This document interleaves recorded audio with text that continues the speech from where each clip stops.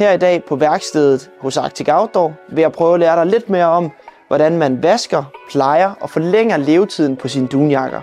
Dunjakker de skal vaskes en gang imellem, og afhængig af om du bruger den ofte eller regelmæssigt, så skal den vaskes mellem 1 og 2 gange om året. Hvis du bruger din dunjakke oftest, så skal du vaske den en gang i sæsonen.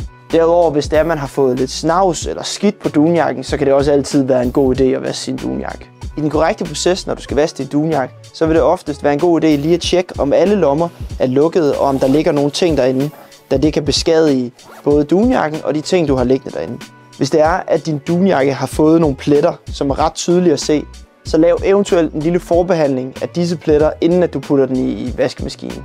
Et andet tip, man kan gøre for at beskytte jakkens ydre mere, specielt også en jakke som denne, som har en vandafvisende overflade, det er at vende jakken på vrangen. På den måde så beskytter du det ydre og lynlåsene, både mod med selve maskinen, men også jakken, så der ikke er noget, der bliver beskadiget.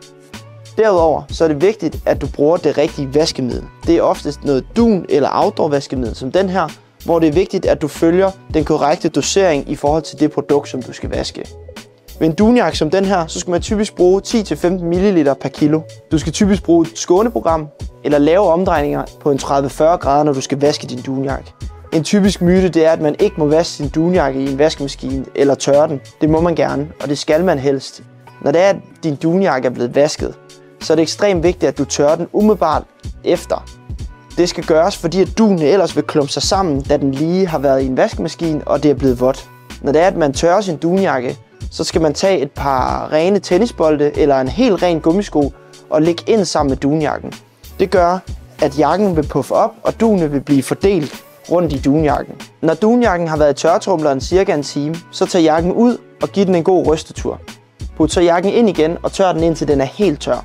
Et tip for at man kan sikre sig, at dunjakken er lige så tør som inden man vaskede den, det er at man vejer jakken lige inden man vasker den.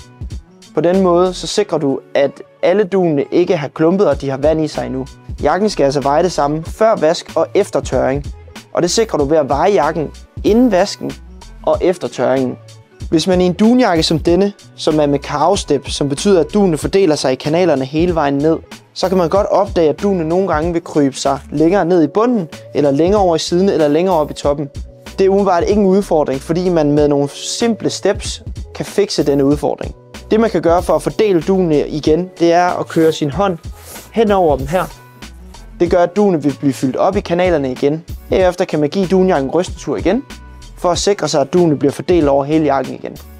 Hvis du ønsker mere viden om, hvordan du behandler og plejer dine dunjakker eller andre outdoor-produkter, så tøv ikke med at kontakte os, eller hop ind og læs mere på arcticoutdoor.dk.